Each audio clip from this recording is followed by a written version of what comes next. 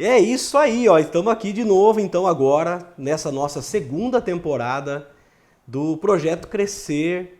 E olha, gente, a gente está muito feliz com essa nova temporada, com esse novo formato que a gente trouxe aqui. Um bate-papo, um momento legal para trazermos cada vez mais ferramentas como igreja para que nós venhamos a crescer. Esse é o grande objetivo desse projeto. Provocar você a não continuar no mesmo lugar. Provocar você a crescer.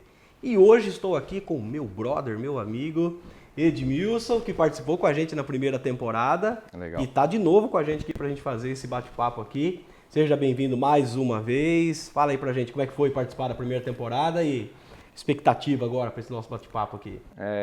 Primeiro, assim, é bem legal a gente estar aqui de novo, né? E falar sobre a palavra de Deus, né? Falar sobre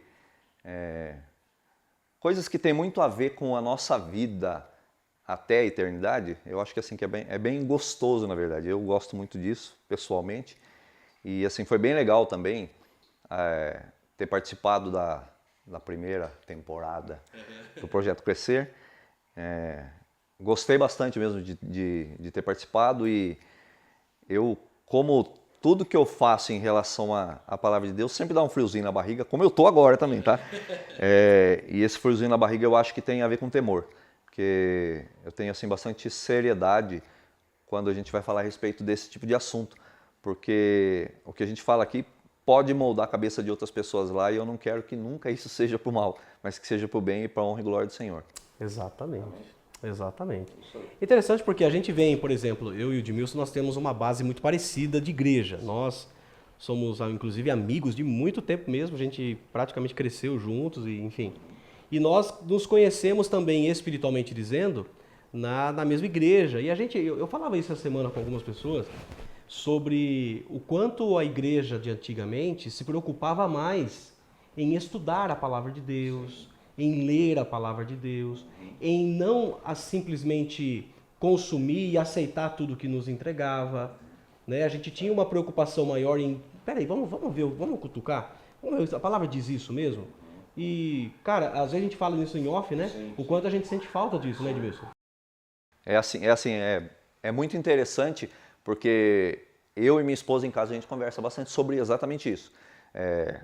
Como com o passar dos anos, a ideia de se alimentar mesmo, de crescer do conhecimento e da graça. O pessoal está muito querendo crescer na graça, né? Conhecer sei lá, os sentimentos de fazer parte da comunidade cristã, mas tem deixado muito de lado a questão de conhecer a palavra, de conhecer a sã doutrina, como é chamado no próprio livro dos Atos dos Apóstolos, que eles tinham muita preocupação em se reunir para conversar sobre a sã doutrina. Eles perseveravam, esse é o termo, né? Eles perseveravam na doutrina que os apóstolos ensinavam.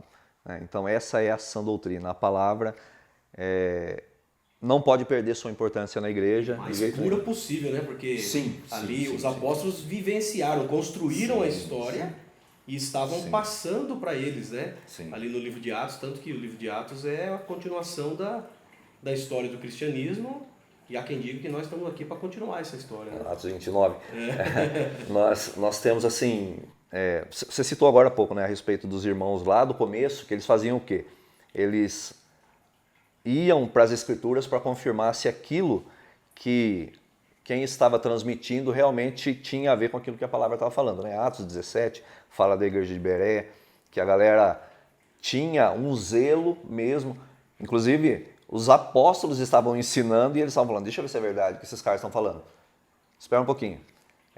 A galera que andou com Jesus, que tinham bebido da fonte inesgotável e original, e mesmo assim o pessoal fala, não, vamos confirmar se o que eles estão falando realmente bate com o que está escrito aqui. E aí eles foram elogiados, né, pelos apóstolos, pelo apóstolo Paulo, especificamente por conta disso daí.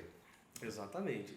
E assim, gente, hoje a nossa proposta aqui com o Edmilson, esse bate-papo nosso aqui hoje, é de trazer pra gente a necessidade de voltarmos a essa essência, de termos na palavra de Deus a nossa maior fonte de crescimento. Porque é na palavra de Deus que nós nos baseamos para tudo na vida cristã. O nosso fundamento, o fundamento da fé cristã é a palavra de Deus. Tanto que a gente, no nosso estatuto, inclusive, da Renovo e da nossa história, diz isso, né? A Bíblia é a nossa única regra de fé e de prática, né? Então, nós olhamos para a palavra de Deus. E nesses últimos dias, eu não sei se você chegou a ver, mas chegou para mim um recorte de um comediante esses dias.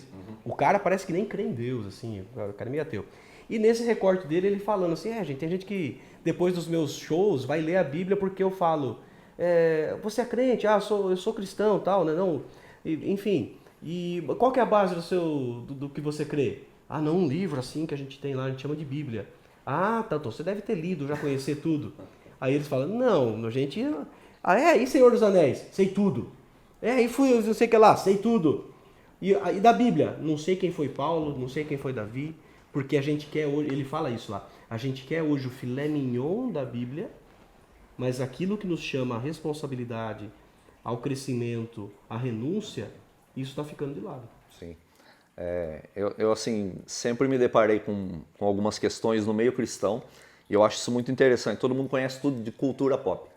Você fala dos personagens dos Vingadores, os caras sabem onde nasceu, número do CPF, coisas desse tipo.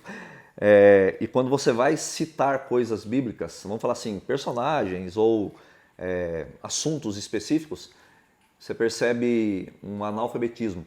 E isso é muito sério porque assim, para todo mundo entender, eu amo cultura pop, eu gosto de assistir filmes, eu gosto de desenho animado desde criança até hoje. Aliás, gente, ele desenha bem pra caramba, ele é um desenhista assim... Tô meio enferrujado, mas ainda tem a mão boa. E o filho dele foi no mesmo caminho também, desenha bem. E assim, eu gosto muito da cultura pop, né?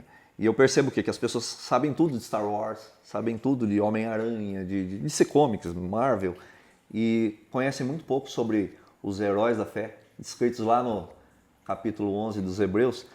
E é muito interessante porque aqueles caras que são heróis de verdade, exato, e muitas vezes a gente não sabe nada daquilo que tem tudo a ver com aquilo que a gente acredita. É a nossa fé. A nossa fé é baseada na história dessa galera aí. É lógico, Jesus é o centro do nosso, vamos falar, da nossa fé. Mas a nossa fé, ela tem vários personagens que fizeram parte, que nós conhecemos a história deles e que são exemplos para nós e que muitas vezes a gente não sabe nada sobre. Exatamente. É o que Hebreus chama da nuvem de testemunhas, sim, né? Sim. Os nossos referenciais que estão ali em Hebreus capítulo 11, por exemplo, aquela galeria inteira dos heróis da fé, né?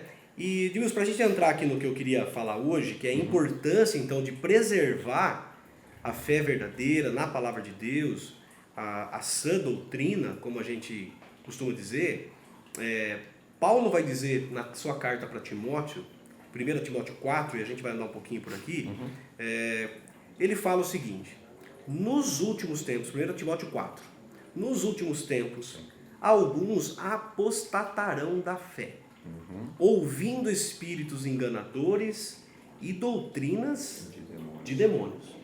E um texto paralelo, de 2 Tessalonicenses 2:3, ele fala que ninguém vos engane, aquele grande dia não virá sem antes houvesse a apostasia e que se manifeste o homem do pecado, filho da perdição. Ou seja, que nós estamos vivendo os últimos dias, isso está ficando cada vez mais claro. Sim. O que pouco se ouve é falar disso como um dos grandes sinais desses últimos tempos. Você pega muito nos sinais de Jesus em Mateus 24, 25, né? Sim. Guerra, nação contra nação, fome, peste, perseguição, tal. Mas a gente não se atenta para esse ponto que é importantíssimo da apostasia. O que é apostasia? Fala pra gente um pouco aí. Assim, um detalhe bem interessante, que é o seguinte, esse texto foi escrito lá no primeiro século, tanto um como o outro foram escritos no primeiro século. E o interessante que é o quê? Paulo se inclui na galera que está vivendo os últimos dias. Então, os últimos dias não é agora. Os últimos dias startaram com a ascensão de Jesus, a organização da igreja, a vinda do Espírito Santo. Quando a igreja foi estabelecida, vamos usar esse termo assim? Sim. Tá? Nós somos a geração da igreja, então eu acredito em dispensações, tá? Não vou... Depois vocês procuram saber o que são as dispensações. Ok? Eu acredito em dispensações, eu acredito que a gente faz parte da galera dos últimos dias, e esses últimos dias foi startado lá na época de Paulo e dos apóstolos. Se lá, há 2000 anos atrás, eles já estavam nos últimos dias, já se passaram 2000 anos disso. Então a gente está mais ainda perto desses últimos dias, certo? Aí a questão da apostasia. Um texto ele fala muito especificamente apostatarão da fé, que é o texto de Timóteo. Ele fala claramente sobre apostatar da fé. Então ele dá o nome do que as pessoas estariam fazendo nos últimos dias. E isso está muito claro para nós, realmente, que essas coisas estão acontecendo. As pessoas estão abandonando a fé para acreditar em qualquer outra coisa que não seja a fé verdadeira, a fé genuína, ensinada nos evangelhos, ensinada na Bíblia como um todo, mas assim, principalmente para nós que somos da Nova Aliança, a nossa fé ela é mais moldada pelo Novo Testamento. Nós estamos na dispensação da graça, tá? Depois, como eu falei, vocês procurem, não sei se eu provoquei o pastor para que ele fale sobre isso, tá?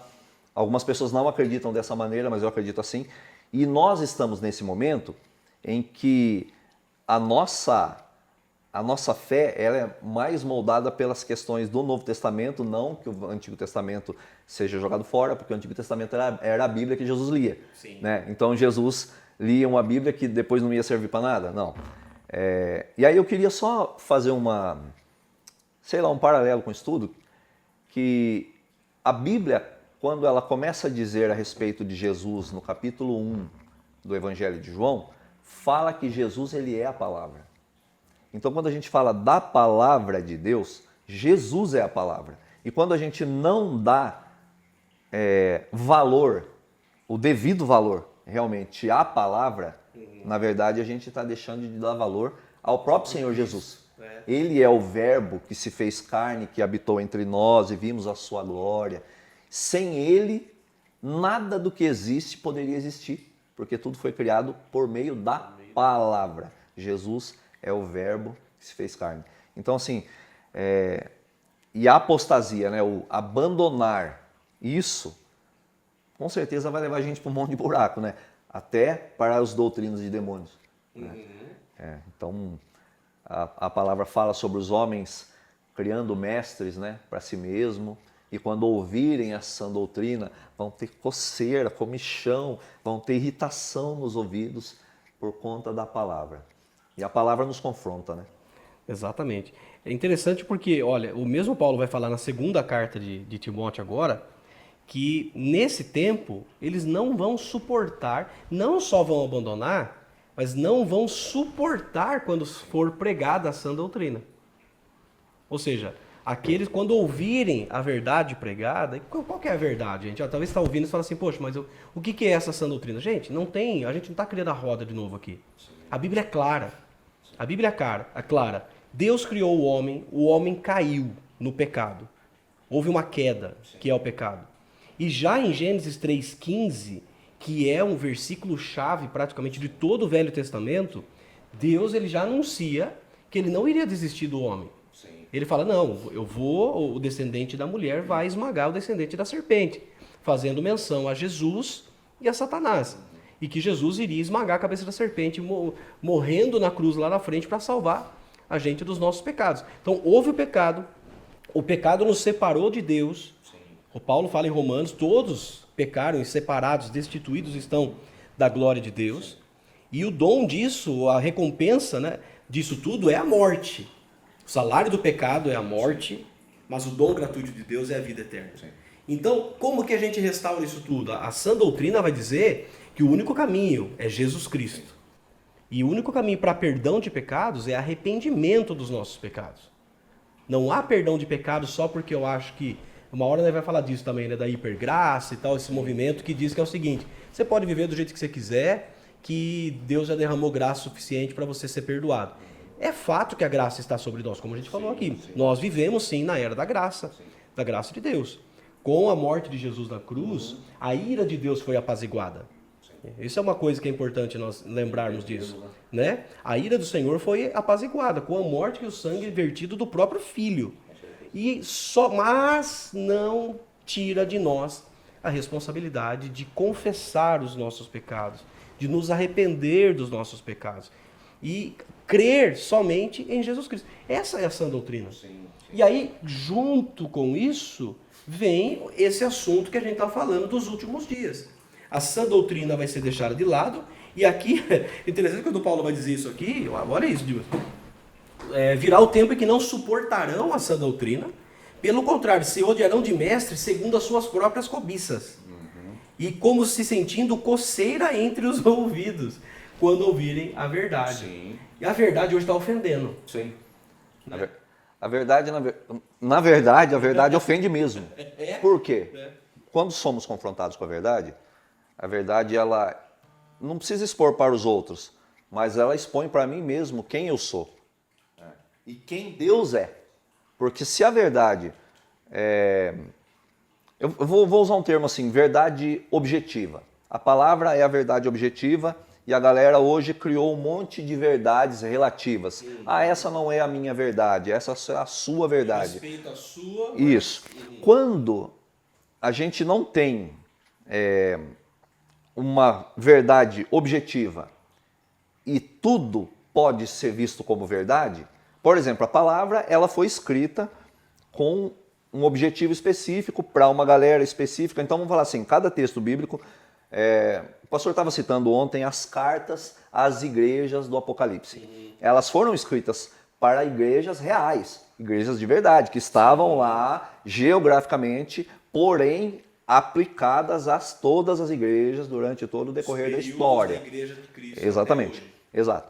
Então, porém, ela foi escrita para um momento específico.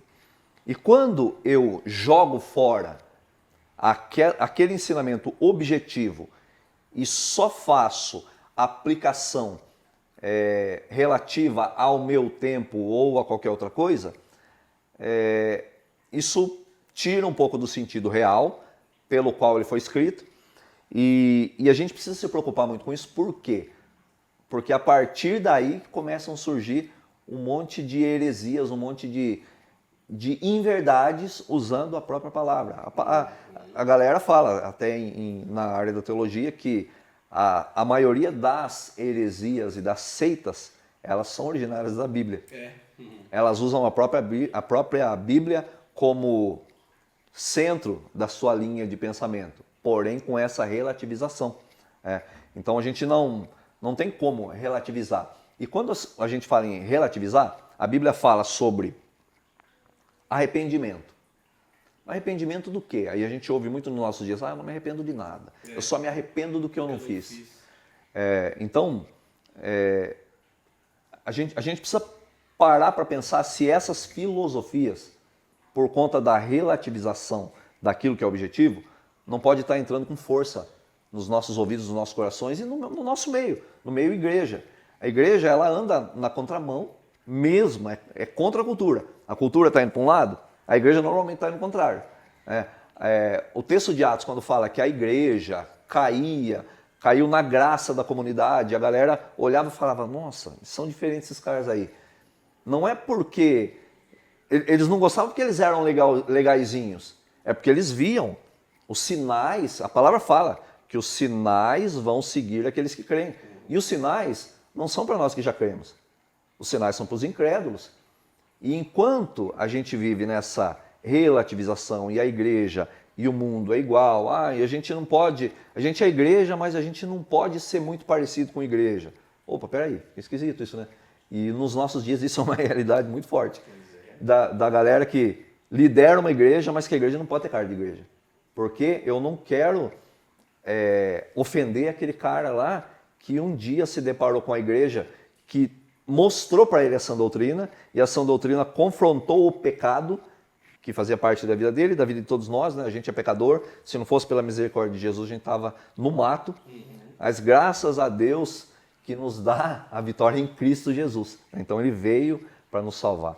E aí, essa galera que foi ofendida pela sã doutrina, como você leu agora há pouco aí, a gente, às vezes, a gente que eu falo é a nossa geração, está criando igreja não para levar pessoas para o céu, mas para ser um clube, para ser um lugar onde as pessoas vão se reunir e se sentir bem. Porque um dia ele foi na outra igreja onde ele não se sentiu bem, porque lá ele foi confrontado.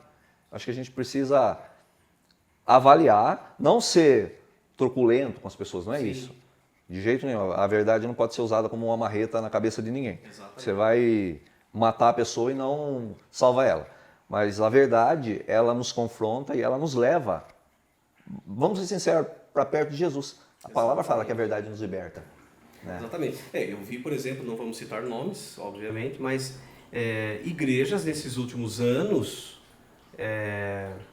por exemplo, eu fiquei assim até um pouco chocado com um grande líder que eu conheço já há muito tempo, quando confrontado acerca de uma nova linha que ele está tomando na igreja dele, acerca de ser mais...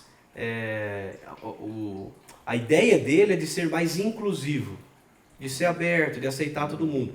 Tá, mas e depois, quando chega no momento do confronto e tal, quando a palavra diz do que deve ser transformado, de abandonar pecados e tal, como que vocês lidam? Ele diz, não, entre confrontar, ofender e amar a pessoa, eu fico com amor. Entre a Bíblia e o amor, eu fico com o amor. Eu ouvi essa declaração e entristeceu. Cara, isso entristece, porque por amor Deus nos disciplina. Sim. A palavra de Deus nos diz que Deus disciplina os filhos que Ele ama.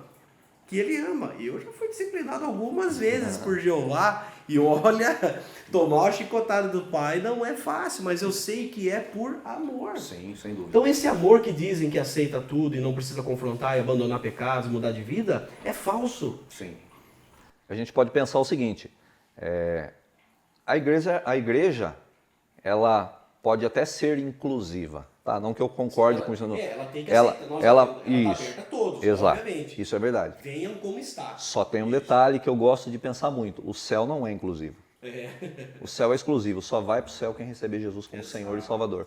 Então, a salvação, ela é exclusiva. Exatamente. Só vai receber a salvação quem tiver o selo.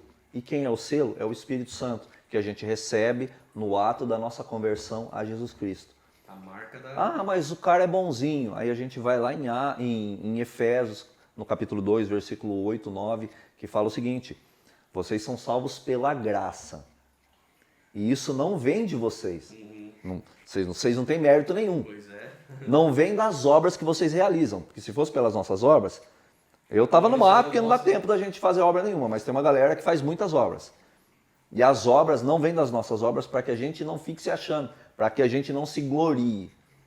A salvação é um dom de Deus. É como eu disse, é exclusivo de Jesus Cristo. Jesus Cristo pagou o preço para que todos fôssemos salvos. Só tem um detalhe, ele nos dá o presente, mas só recebe o presente quem realmente pega esse presente para ele. Então não tem como baratear isso é muito sério. Você citou a hipergraça, não vamos entrar nesse mérito agora, talvez em um outro momento você vai falar sobre isso, mas a ideia de que pode fazer tudo, não dá nada, que Jesus vai te salvar porque Ele te ama. É verdade, Jesus te ama mesmo. Sim. Ele te ama ao ponto de mandar Jesus aqui para resolver o nosso problema de uma vez por todas. Mas a gente tem que receber. Se eu não receber, eu não tenho. Eu não tenho como receber. Vamos falar assim, eu não peguei o presente, então eu não tenho posse dele. Se eu não tenho posse dele, ele vai falar: opa, não te conheço, não sei quem é você. Exatamente. E isso, gente, isso que nós estamos falando aqui é assunto de filho de Deus que quer crescer. Sim. Que quer crescer. Paulo fala em Gálatas isso, né? Falou: o filho da escrava, enquanto ele não cresce, em nada ele difere do herdeiro. Sim.